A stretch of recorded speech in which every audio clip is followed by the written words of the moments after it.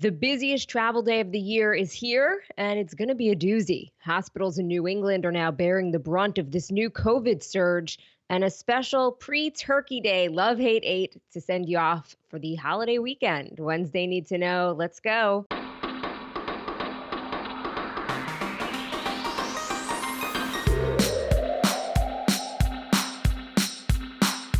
Good morning. This is Cheddar's Need to Know podcast for Wednesday, November 24th. I'm Jill Wagner with Carlo Versano. Gobble, gobble, Carlo. Good morning. Happy Thanksgiving Eve, Jill. A great day. One of my favorites. A night to get drunk with people you haven't seen since high school. Do people still do that, by the way? I mean, that used to be one of my favorite I'm guessing young favorite people traditions. probably still do. Yeah. Did you used to do that? Yes, it was like the biggest party night of the year. Yeah. Everyone's home from college, and I don't know. Thanksgiving's much more enjoyable though when you don't do that. Yeah, I agree. Because then I you agree. actually Yeah, don't you don't feel want to be bad. you don't want to be hungover on Turkey Day. It's actually not the worst day to be hungover as long as you don't have to cook. But yeah, so happy Thanksgiving to everybody. We're going to be off obviously tomorrow and also Friday. So this is your pod until Monday. So pay attention. Okay, if you are hitting the road for the holiday weekend, gas prices have dipped a bit in recent days, although the national average still more than $1 higher than it was last Thanksgiving. So that said, prices at the pump are expected to fall further after President Biden said yesterday he would be releasing a record 50 million barrels of oil from the strategic reserve. If you're flying, get ready to be a guinea pig in the airline industry's biggest stress test of the pandemic. Millions more people are going to be taking to the skies this year than last year. According to the latest TSA numbers, we are nearly back to 2019 levels of travel, despite the prolonged staffing shortages that are still afflicting the airlines. Man, I am glad I am not going to an airport this weekend. And for everybody who is, my thoughts and prayers are with you. It is going to be brutal out there. One point on the strategic reserve announcement, which came across yesterday as we were recording. That sounds like a lot, 50 million barrels, which I guess it is, but it's 2.5 days of U.S. oil consumption. So it's not like it's really that much. It's a temporary fix. But, politically, at least Biden looking like he is addressing some of the issues that are top of mind to voters, to Americans. So I give him credit for that. And just also as for the forecast, some good news here. The U.S. looking at its basically a quiet weather pattern for the busiest travel day of the year here. So just be safe out there, everybody. Always important, but especially this year, as we've talked about, with everybody losing their minds and going feral, just be safe. And if you have any consumer-facing jobs, whether it's in an airport or a store, restaurant, just hang tight, hang in there. Serenity now, as they say. No, right. Well, you know what they say, serenity now, insanity later. By the way, the cost of the Thanksgiving meal also way up. It's up about 14% from last year because of all of the inflation and supply chain issues that we're seeing.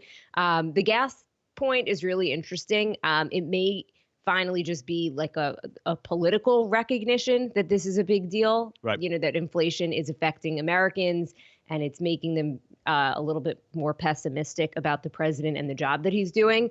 But OPEC isn't involved in this deal. There are other countries that are. So the question is, will we really see a difference at the pump? A lot of the issues with gas are that there aren't truck drivers to actually drive the gas to the gas stations. There's this massive truck driver shortage. But at least the president's trying to do something about it and acknowledging that this stuff is a big deal.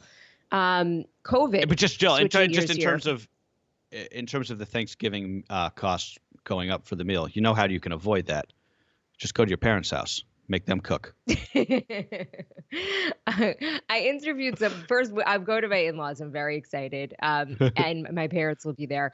But I interviewed somebody on Cheddar about just ways to keep the costs down. And she said, institute a BYO policy. If you're hosting, just ask people to bring a side dish, bring their own booze, style, things like that.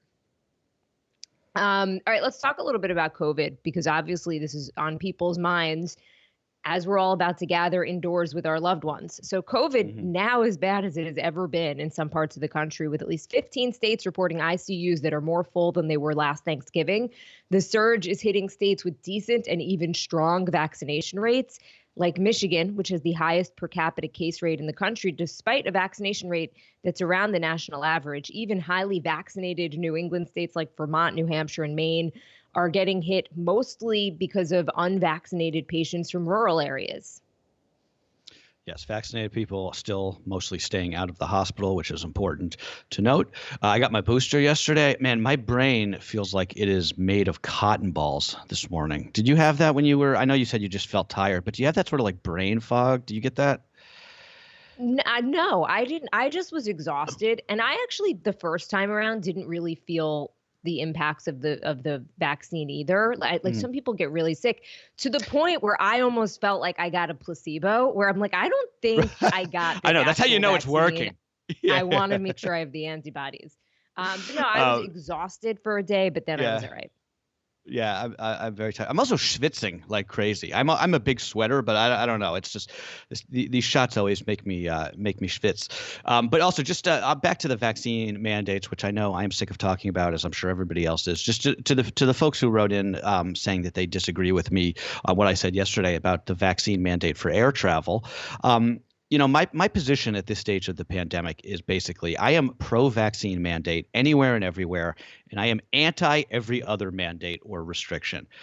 I really think that that's just sort of the smartest position to hold at this point. And at the risk of sounding like a broken record, vaccine mandates, they're not a new thing. People have been requiring vaccines for various activities ever since they became available. Right? These vaccines, the greatest scientific achievement of the 21st century. It's not even close. They keep you from the hospital, which is their job. Hundreds of millions of people have gotten them now without any adverse side effects. They're the way out of this.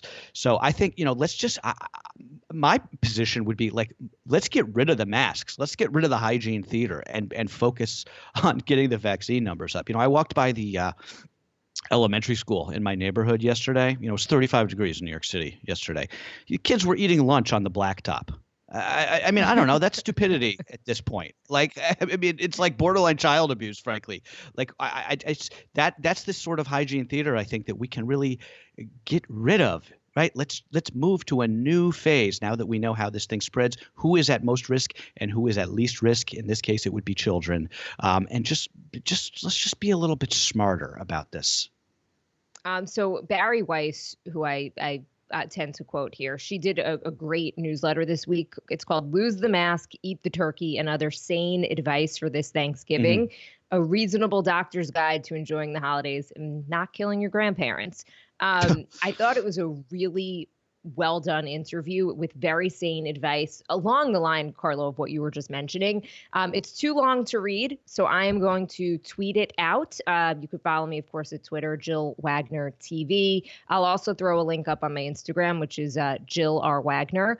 And her bottom line was, so his bottom line, this doctor was kind of like what you said, and his take on his Thanksgiving, most of his family is vaccinated except for the little kids. They're doing it in person, they're eating their turkey, they're not rushing through it, and he cannot wait. And I think that that's good advice. Yeah, I think that's right. A rough couple years. We need to be with our families, obviously with precautions. If you don't feel well, stay home. Don't get people sick. Right.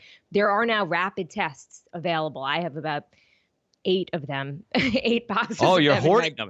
You're the reason why I can't find them. I don't think like I think that I think I have like 7 boxes. I don't totally think that that's hoarding. I just pick up a couple every time I see them. But if you could get your hands on them and you want to feel better about Thanksgiving, take one. Take one before you see your family. Yeah, we do. People think that the rapid tests are like. People think that the rapid tests are like completely useless. No, I mean they're not as good as the PCR tests, but what they do have is the ability you can just take them rapidly, right? And they are useful. Switching gears, a federal jury in Ohio found that CVS, Walmart, and Walgreens liable for helping to fuel the opioid epidemic by creating an oversupply of the addictive painkillers. It was the first jury verdict in an opioid case and the first time that retail pharmacies have been held accountable in the public health crisis. This is an interesting one. The plaintiffs in Ohio successfully used this public nuisance law strategy against these retailers, these big chains, which is going to be encouraging to other plaintiffs. There's, thousands of these lawsuits that are still winding their way through the courts around this country. And I don't know if we covered this. I think I may have been out when this came across last week or the week before. But the opioid epidemic killed 100,000 Americans during the pandemic in the last 12 months, mostly, of course, because of synthetic fentanyl, which is only in demand because of pills like OxyContin that got people hooked and which they can no longer get their hands on. I know I recommended that series Dope Sick on Hulu a couple of weeks ago. It's really good if you're looking for something to watch this weekend, even though it's fairly depressing. But just I'm gonna stick with the hot Thanksgiving parade and the dog show. Okay, fair enough. Yes, I don't blame you, Jill. But just on the opioid stuff, like the lack of criminal accountability for this national disaster is just still very remarkable to me. Lawsuits are one thing, but nobody's in jail. And what struck me about the 100,000 number, Baker and I did cover it last week. Yeah. Is that we're still in the thick of this thing. It's not getting better. We've been dealing with this opioid crisis for so long. And I feel like because of the pandemic, it got brushed to the side a little bit, but it also got worse. And that's where we find ourselves now. All right, let's talk a little bit about what's going on Wall Street. The Nasdaq's bull run may be slowing down. Some of the high growth tech stocks that became household names during the pandemic are seeing a prolonged sell-off. Shares of Zoom closed down 14% on Tuesday after a series of Wall Street firms cut their price targets. DoorDash off 15% over the last month. Robinhood is 60% from its all-time high. Peloton down close to over 20% over the last week, and more than 70% since the start of the year, as it sees demand for its bikes slow down after red hot sales during the lockdowns. It is wild what's happening to some of these, quote unquote, stay at home stocks. Yeah. When you think about people just kind of ready to get back to the gym or workout classes in person, it's hard to keep up that growth for a company like Peloton. And the question is, which of the trends that we have started, whether it be Zooming or Pelotoning or whatever it is, which are we going to continue post-pandemic? It's very hard to predict these things, of course, as any investor or trader will tell you. But yeah, if you invested in these companies at the beginning of the year, you would have actually lost money now. Meanwhile, if you just put your money into an S&P index fund, you'd be up nearly 30%. So that's, again, I'm not a trader. I don't know what I'm talking about, but it seems following the market index funds seems like always the easy money. Though of course it's you're not going to get pops like some of the pops you saw in these stocks. I saw actually yesterday on the parent group, I guess, is that what you call it? Like these parenting groups that we're in Brooklyn. I saw people are now posting used Pelotons on there. So I don't know if that's a sign. Yeah, they're still they're asking me like $1,500 for them, but I had never seen them come across the secondary market like that. So maybe that could be a bad sign. Becky was like, "We should get one." I was like, "I'm not gonna use it. I'm just gonna feel like it would just make me feel bad about myself to spend that kind of money on something that I'll probably end up using like 3 times. Even though I know you said it's great." I don't really use it anymore, to be totally honest. I actually do. I will credit Peloton, though, for getting me back into running. I've never liked SoulCycle or any of those biking classes because I've always been a runner. But Peloton also has outdoor running classes, which I started with just a quick 2-miler, and I eventually built my way up, and that's what got me back into running form, where I was able to do a 10K recently. So I will credit Peloton with that. I did ask our resident market expert, aka my husband, just about what's going on right now. He said the big issue right now is just that interest rates have started to go up because the Fed is slowly starting to taper the stimulus. When that happens, usually money comes out of growth stocks and goes back into these quote unquote value stocks and also financials, because for the financials anyway, they're making more money on the money that they're holding. Amazon, Google, Apple, those big name tech companies, those have all been holding up. And he also says it's an end of year rotation. So people do think that next year interest rates are going to continue to increase as the Fed continue to taper the stimulus. So at this point, he says investors already kind of starting to set up for next year's trades. And not only that, he said the markets have had a huge run. And at some point, people take their profits. Right. Okay, so that's a little insight for everybody. Okay, Grammy nominations are in after the Recording Academy changed its nominating process over criticism that the awards often feel hopelessly out of touch with the zeitgeist. This year, whoever gets the most votes from their music industry peers is who appears on the final ballot. Jon Batiste, the multi-talented composer and band leader for Stephen Colbert, leads the pack with 11 nominations for his album We Are. Olivia Rodrigo, Justin Bieber, Lil Nas X, Kanye West, and Billie Eilish also up for Album of the Year. And Jay-Z got a couple nods for songwriting and collaborations, making him the most nominated artist in Grammy history. What has he been on? I feel like I haven't heard from him except from the business angle recently. Yeah, I don't. It's weird how they do it now because there's so many people involved in like making a hit song these days. So I think that he has songwriting credits on just some popular songs, although I don't know offhand what they are. But you're right. I think he did a collaboration with DMX. Maybe before DMX died. I'll have to get back to you on that. I'm not exactly sure. As for the snubs this year, which is always my favorite part of these, BTS, Casey Musgraves, and Drake were all left out of the song, record, and album of the year categories. Morgan Wallen, he got nothing, though I don't know if that really counts as a snub since he's been more or less, banished from the industry after he was caught using a racial slur. So the Grammys, I believe, January 30th on CBS. It's always my favorite award show, even though it is true that the nominations are often make you feel like you're like, am I listening to the same music as other people? Because like this seems not exactly in tune with the popular culture often. Look, the Grammys are basically a big concert, so they're always fun. Yeah. Exactly. If you are planning an outing to the movies this holiday weekend, Ridley Scott's House of Gucci opens wide in theaters today. That film is inspired by the wild story of the family behind the Italian fashion empire. Lady Gaga and her much-discussed accent in the lead role. The early reviews are all over the place. Critics are calling it everything from an astounding maelstrom of overacting to absurdly enjoyable. It's also clocking in at nearly 3 hours. Oh, I cringe with overacting. When I watch something where I feel like the person's overacting, I find it so uncomfortable. That's funny because I actually kind of like it. I think it's when it's like a little bit campy, which this movie appears to be. I'm actually very excited for this film. It looks like one of those movies that's either going to be like the best movie of the year or just like absolutely one of the worst things you've ever seen. But it looks fun, which would be nice. It'd be nice to go to the theater and see something fun. But just back to the runtime. Should I add this to my presidential platform? You've got James Bond, you've got Dune, and now you've got House of Gucci. All three of these movies now clocking in at close to 3 hours. Like somebody has got to put an end to this. Movies should either be a tight 90 minutes or like 2 hours even. And I think anything longer than 2 hours, that's a show. You have to make that into a show. So I'm adding that to my platform, everybody. No, I don't totally disagree with you there. I was just kind of giggling about the overacting. The Rewatchables podcast from Bill Simmons, where they rewatch old movies. I love that pod. Each movie, they do an overacting award, and it's so funny. It was Mark Ruffalo. Spotlight. Where they knew, like where they thought that was just so overdone. But it always just makes me laugh to see who they think was maybe trying a little bit too hard. Right.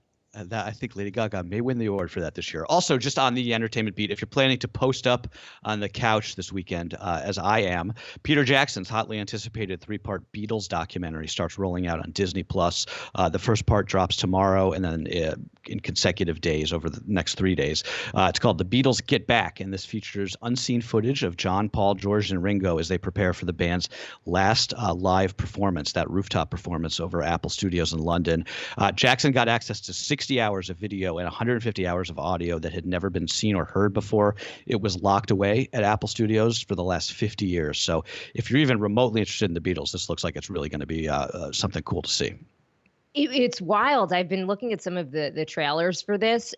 The video, it's incredible to see them so young. It's just wild. Like, and at first I was like, I didn't really know what it was. So I thought, I thought those were actors. I quickly looked and I'm like, that can't be. There's no way. That's Ringo. Obviously, it was video that we'd never seen before, but I'm definitely going to be watching this. Yeah, that looks good. Okay, in lieu of more to know, we are going to do a little early pre-Thanksgiving Love Hate 8 today.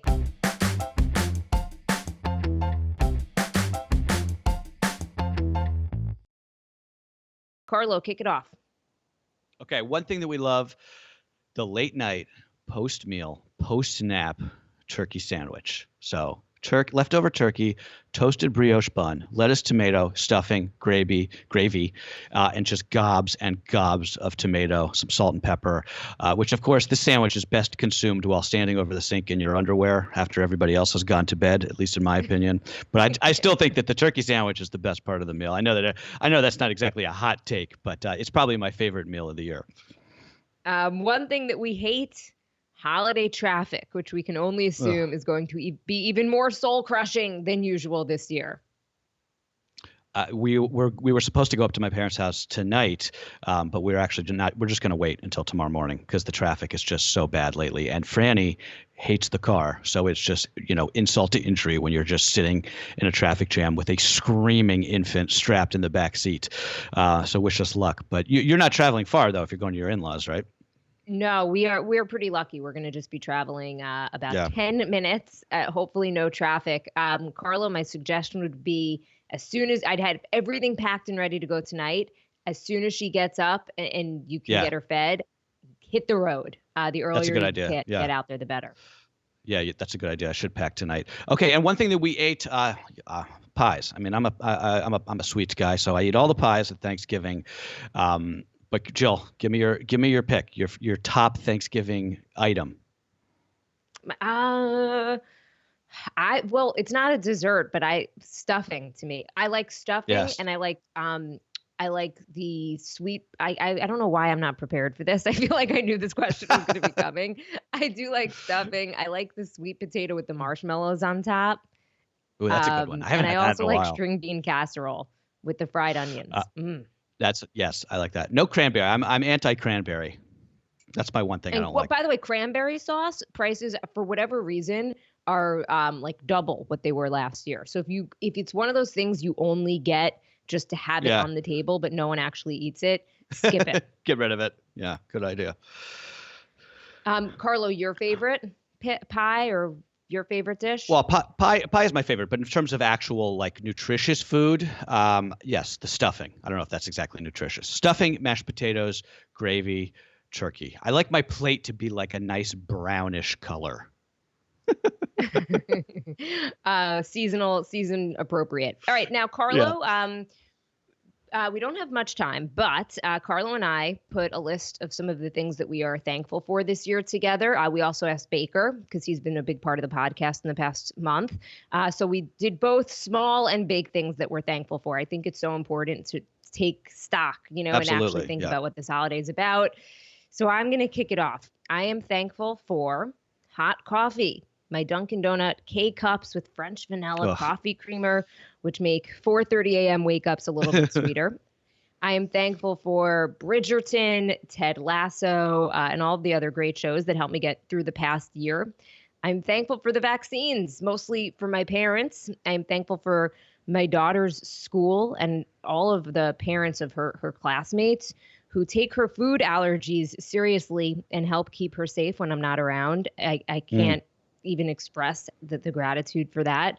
I had a rough few weeks, Carlo, as you know, and I'm very thankful for my amazing coworkers like you and Baker. And I'm thankful for my husband, who's like just really been a rock for me to lean on. And of course, I'm thankful for my sweet and funny daughter who gets sweeter and funnier and sassier every day. And thankful for our amazing listeners who choose to spend 20 minutes with us every day, sometimes a little bit longer. And that's a big deal. So we appreciate it. Yeah, absolutely. Here to that. From Baker, he says, on a serious level, I'm thankful for my family and friends and their health. The pandemic, if anything, made me realize how important the people are in our lives. He also said he's thankful for Matthew Rosengart for saving Britney Spears. I'm thankful for Taylor Swift, who gave us 30 songs on her Red album. And I'm also thankful for wine deliveries. That's a good True one. that. I should have added that. And also, I'll just second what you said, Jill. I'm thankful for all of our listeners, especially everybody who wrote in with their parenting advice for me, a lot of which I took very seriously. I still have it printed out after you made that document for me, and it's been great. Of course, I'm thankful to Becky for being a really selfless and incredible mother, and I'm thankful for Franny for joining us on this wild ride and being such a sport about it, although I guess she doesn't have much of a choice in the matter, but she is, like you said, adorable, and I fall more in love with her every day. I'm thankful to my parents. I feel like I just understand them at a much more visceral level now that I'm a dad, and I think a lot of people probably feel that way, and it's just a great reminder to give your folks a break because, they're trying. They brought you into this world, and they're the ones who can take you out of it, as my mom said. I'm thankful for President Biden for getting us out of Afghanistan and taking a political hit that no one else would to do the right thing. And I'm also just thankful for the unsung heroes of the pandemic, Jill. Like you were talking about the parents, your co-parents at school. How about the school administrators? Not just the teachers, but the principals and the secretaries and the cafeteria workers and the janitors. These are the people who have been holding this school year together with spit and glue, and they haven't complained about it. Right? When was the last time you heard a high school janitor complain about not getting the vaccine? They just do it. They do it for the kids, and they do it for their job, and I'm thankful to them, and also just to everybody who got vaccinated out of a sense of duty and patriotism this year. And of course, Jill, I'm thankful to you for being a great co-host and friend. Back at you, Carlo. All right, we're gonna leave it there. Thank you, everybody, for listening to us every day or however often you do. We so appreciate it. We know that there's a lot of options out there, and so Sure. anytime you spend with us, we're thankful for. Everyone have a really wonderful holiday. Take some time as well to, think of what you're thankful for. Take a little stock. It makes you feel good. I loved putting this list together, Carlo. It does. Thanksgiving is my favorite holiday. Be safe out there, guys. That is what you need to know for Wednesday, November 24th. Have a great holiday.